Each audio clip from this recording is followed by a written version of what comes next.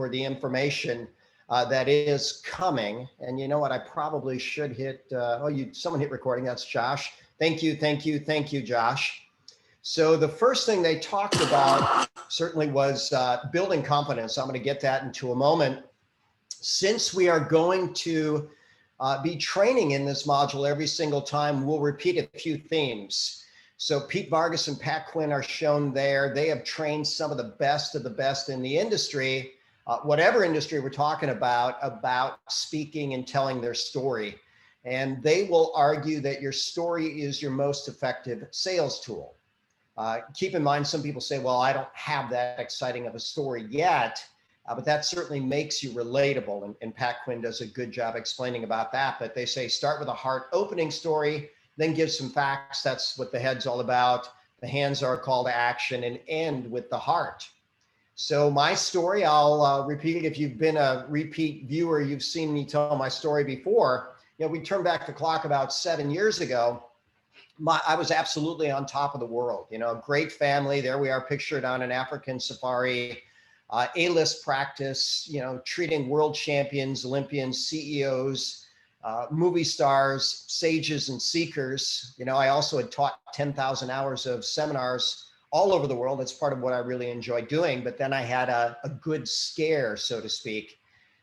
It's been said that a good scare may be better than any good advice. Well, literally, I had an X-ray report that made it look like I had metastatic cancer. Thank God I didn't, but you know, what if you suddenly had to think, wow, how am I going to take care of my family if I'm only going to be here for 6 months? Les Brown will train also on presenting, and he says people want to know who you are, what you have, and why I should listen to you. So told you who I am. What I have tonight is an introduction to the confidence module with some of the world authorities on confidence. And in terms of why you should listen to me, this is my organo growth chart. So keep in mind that I keep track of every single month. I run it like a business. Organo had a crisis period. I think some of you were with us at that point in time. And Eric Worre, the best trainer in the game, when we were part of the mastermind, you know, we might have had 70 people in the room with the average earner earning about $800,000. But he asked, hey, how many of you have a company that's going through some type of crisis right now? And 1 in 3 people in the room raised their hand. And then he said, hey, how many of you have just come out of really challenging times? And guess what? Another third of the room raised their hand. And then he said, well, for the third of you that, you know, aren't in one or coming out of one, get ready because one's coming. And that's just life, right? Life is going to bring you challenges, but we have the leadership, the product, the company, the worldwide distribution to weather about any storm that can come our way. Also, I was on the GoPro stage this last go round, the biggest network marketing event ever and the biggest virtual event ever. And so how did I get there? Well, I made consistent investments in skills, in learning, in mentoring, in coaching. And I built, you know, I added value to Eric Worre's life, well over 300 people this last go round and over 100 for the last 5 years. So, you know, he definitely rewards people that take care of himself. So they talked about the January transformation. And these are the speakers. By the way, if you have questions, we'll have a Q&A at the end.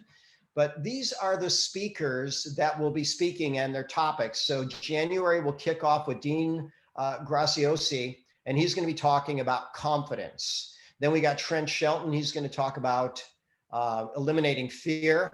Then Lisa Nichols is going to talk about overcoming limiting beliefs. And then we've got Grant Cardone, who, you know, might be the king of massive action. He wrote the book, The 10X Rule. And very few people take action like Grant, that's for sure. When we talk about the importance of confidence, basically, Eric Worre said if he could do it all over again, he would believe bigger, faster. Well, what should you believe in? You should definitely believe in yourself. Confidence is going to help with that. Believe in the business model. Rise of the Entrepreneur, and Eric Worre's GoPro event does that. Believe in the products. We're going to have Ask the Doctor every single Tuesday. And if someone doubts the products, they, you know, I can't imagine they could go through a session and not understand that the products are great. And then the company, you know, we crossed $1 billion in sales faster than Apple, faster than Facebook, faster than Starbucks, faster than Microsoft. without a single dollar spent on advertising, without a single storefront. And now we're better, stronger, faster, smarter than ever. I always like Muhammad Ali as the exemplar of confidence, and here's what he said. He said, I am the greatest. And he said it long before he knew it. Now, there is definitely a benefit to positive self-talk. We'll talk about that. There's a benefit to visualization. We'll mention that. And deeper than visualization is actually a feelingization. Feel it, actually feel it in every soul of your being, and you're going to get there. And confidence, there's your simple definition. It's self-assurance, right? A feeling of certainty, trust, belief that you will succeed in what you're going to do. I'm a huge fan of Tom Morris. He's America's greatest philosopher, taught philosophy at Notre Dame for 15 years. I affectionately call him PhD because he got his PhD in philosophy and religion. And he said, I wanted to understand both the minds of man and the mind of God. And he's done a really good job. And he'll tell you that confidence is one of the 7 C's of success. By the way, so is clarity, right? You need to know where you're going. Then I like consistent, committed concentration. That goes along with massive action. Character, because if you don't have good character, it falls apart. And then contentment, learn to enjoy every step of the journey.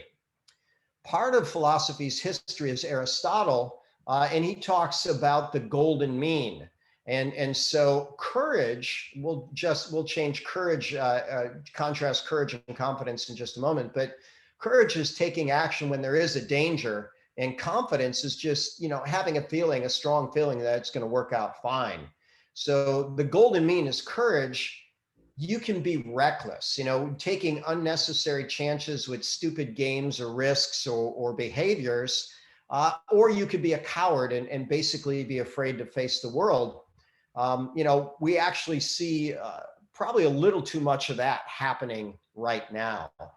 I like this quote from Marilyn Monroe: fear is stupid, but so are regrets. You want to probably take action on the things that you really, really want. And my best friend said on his deathbed, he said, Bob, I regret the things in life that I didn't do a lot more than anything that I did. So fascinating there. This guy's last name is pronounced Goethe, Johann Wolfgang von Goethe.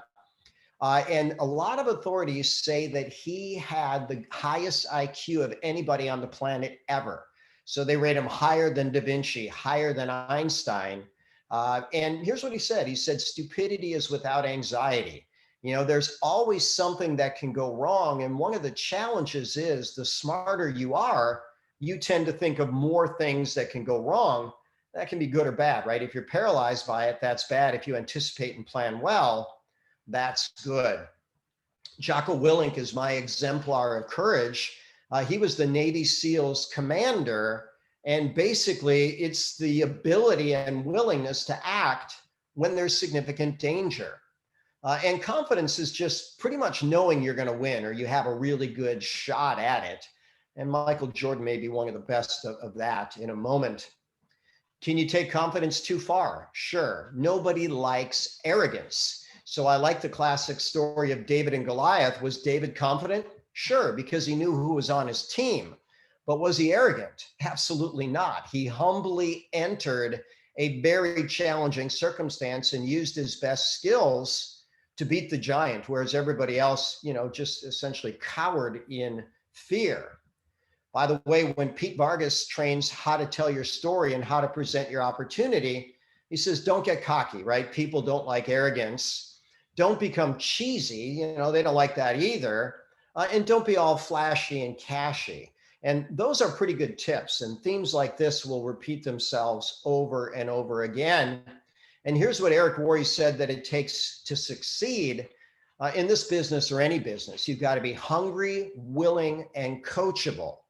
So you're willing, you stepped up, you entered this Zoom. Many of you have taken advantage of the Accelerator program. Eric Worre encouraged us today. He says, look, get more team members. If they can't take the full bite of the full accelerator, take the mini. And that will be the January events with all of the speakers that I mentioned, and the 2-day workshop on confidence by Dean Graziosi. For me, hunger is a big one. If you're not hungry, why do you go to work? If you're really, really hungry, you're going to get there. I was asked to give a presentation in Bali. No, actually, it was in Mauritius when there was, no, was it Bali? It was one or the other. Sorry, I did presentations in both for the Organo group. I guess it was Bali. And they said, look, keep it simple because there's a language barrier. And I just said success equals hunger times skills.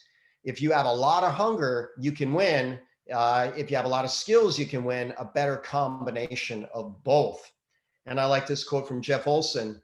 He says, successful people are just simply willing to do what unsuccessful people won't. This is a great video by Tim Sales on network marketing. Before he got into network marketing, which he's made many, many millions, I think tens of millions, he was part of a bomb diffusion squad in the military. And when he met with his first potential sponsor, he says, look, if I'm going to do this, I need to know everything. So you tell me everything and don't leave anything out, or I'll take you out, are the words that he said. So, okay, the guy said, well, okay, your very first problem is rejection. And he said, what does that mean? He says, well, people are going to tell you no. He says, well, what do I do then? He says, well, you just talk to more people. He says, okay, well, what's another problem? He says, well, there's deception. People are going to say one thing and do another. And he says, okay, fine. What do I do then? And the guy says, well, you just talk to more people. And he says, okay, what's next? He goes, well, there's attrition. And that means people are going to quit. And Tim Sales said, okay, what do I do then? He says, well, you talk to more people. And then he says, by the way, people are going to disrespect you, right? So ignorant people may say that you're part of something illegal or some other bozo quote. And he says, okay, what do I do then? He says, well, you talk to more people. So, imagine this was Tim's response, and it was published on his website. He looked at me, he says, you're joking. When I was rejected before, a bomb blew up in my face. When there was deception, the enemy had booby traps. When there was attrition, members of my team died. And when there was disrespect, people were shooting at me. He says, so you're kidding me. This is hard. So, sometimes we want to keep it in perspective. The worst thing that can happen are the four things above. So what do we do about it? Well, you know what? We just talk to more people. It's really just that simple. So now, I like this quote from Orrin Woodward, and here's what he says. He says, some people hate losing so much that they're willing to change, and some people hate change so much that they're willing to keep losing. Well, you've got to figure out if you are at the point where you want more. It doesn't mean that you're losing, so to speak, but maybe not winning as big as you want to be. There's plenty of people that said, okay, I'm winning, but I really see the value of royalty income. I really see the value of getting paid more than once for the exact same work. One book that I really enjoyed was called The Tools. And one of my great mentors said this is his all-time favorite personal development book. Notice the subtitle, Transfer Your Problems into Courage, Confidence, and my picture's in the way, and creativity. That seems like a pretty good transformation. And their very first tool is change your relationship with pain. And I show the picture of the ice bath there because he uses the metaphor that he grew up in New Jersey, and he and his father would go body surfing every summer. And so they would go into whatever the Jersey Shore water was. I guess that's the Atlantic over there, and pretty cold up north. And he says, you know what? The water was absolutely freezing cold. And if people would dip their toe in the water, well, they would never jump in. But if they dove in and swam as hard as they could, like he and his dad would do, they'd race to the first buoy. By the time they got there, they were warm and comfortable and everything was fine. So literally, if you run into pain, you're going to be okay. There's a book by, gosh, I'm stuck for his name for a moment, but it was talking, I guess it was Miracle Morning, Hal Elrod. And he was talking about buffaloes. And when there's a storm, The buffaloes will actually run into the storm and they actually get through the storm a lot slower, whereas cows will run away from the storm and therefore they're pelted by it longer. So it's a pretty good metaphor, right? Run into that which you're afraid of, but do it sensibly, in a way where you don't get hurt too bad. You can do what Tom Morse calls inner psyching. There could be visualizations. There's a lot of people that have vision boards that are inspiring to them. A step up on visualization is a feelingization. Actually feel what it'll feel like to win as you want to win. Part of that is positive self-talk. I read a book years ago by a guy named Noah St. John, and he coined the phrase affirmations.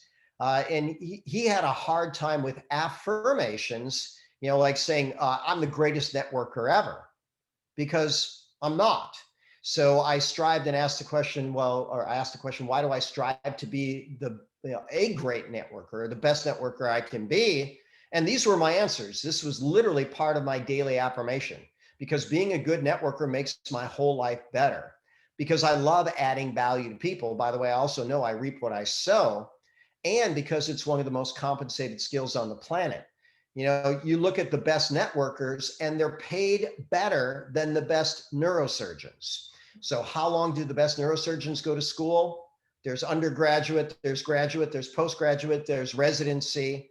And by the way, then they're going to work ridiculous hours. And guess what? The neurosurgeon does the work once, gets paid once. So successful networkers, you can basically create whatever you want if you're willing to do the work, and you build a successful team. And then as far as affirmations, I always like this. It's not asking it will be given to you. The more accurate definition or interpretation is keep asking and it will be given to you. So don't ask just once, keep asking. And part of my daily affirmations, how can I sow most effectively? Because I really love the law of the farm. Why do I strive to nourish? I've got my plant. How can I best nourish plants that strive to grow? That's a better question. My taskbar was in the way. Why do I diligently protect? Because guess what? The weeds will attempt to take the garden. So stay in good relationships, keep sowing good seeds, keep protecting. And then why do you harvest daily? I look at my back office every day. Is there a daily harvest? Yeah, there is a daily harvest. And there has been for, 104 straight months at this point. What's my favorite way to build confidence? It's with competence. Become very, very, very good at what you do, but becoming good starts small. So I like this little picture here. Little wins are the secret to big success.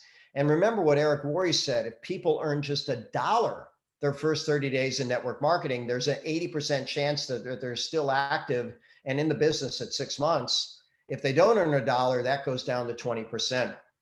So let's get people $1 as fast as they can. And then Tim Sales, I really like him. He said he presented and invited his dog 200 times before trying it to a human. So keep in mind, your dog's probably going to be reasonably friendly. And if you're listening to yourself, and I don't know if Tim used a recorder or whatever they did back then, now we can all video ourselves doing our presentation. And we can look at it with a critical eye. We can share it with a mentor. I've done a lot of presentations, and I always say most of the slides that I'll present, I had to think through them. I had to create them. I had to tweak them. I had to format them. And then I had to make sure the language was right so that it would allow me to say what I wanted to say. So that practice is still in place in my life. So here are the skills: finding prospects, inviting, presenting, follow-up. I changed 5 to transfer belief. It was previously overcoming objections. Get the individual to start strong, and duplication really is in that, and then promote events. And that is certainly a highly paid skill.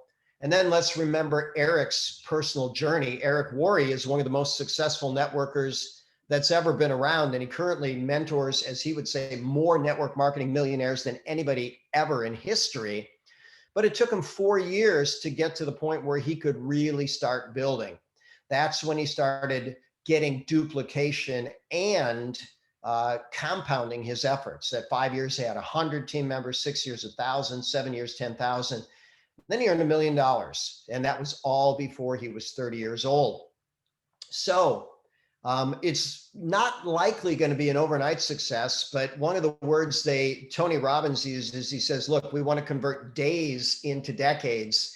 Well, Pete Vargas kind of said that might be a little aggressive. We can use days and accelerate your development by years or months.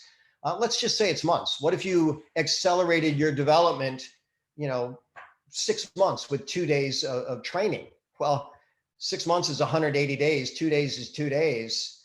That's a 90-to-1 return on investment. I'm going to call that a good investment of time and money. So what are we doing? We're getting fit every day. Facebook, Instagram, TikTok. I've been perfect since GoPro. When I say perfect, I've done one every day. I'm far from perfect on any of those posts. We have a Facebook, Instagram, TikTok accountability group. A lot of people, OG paid $10. Whoever did that at the end of the month, it's on the honor system. If they're perfect, then we're going to draw a winner. I'm going to be in the hat too. If I win, I'm going to pay my money forward to the next month. So I'm not going to collect any of that, but I'll pay it forward. So the next month will be really sweet. You got to buy in the first day of the month and be perfect. And then we also have a first of the month star achiever, and we're going to give away a GoPro ticket every month. Tomorrow I'm doing headaches at the request of someone. I promise you, if you listen to a few of these Ask the Doctors and look at the Zooms and all the proven value of Ganoderma, I can't imagine there's anybody that wouldn't watch that and say, wow, everybody should be taking that. So at this point, we're going to go to questions and answers. Anything is fair game. So anybody, any questions, anything?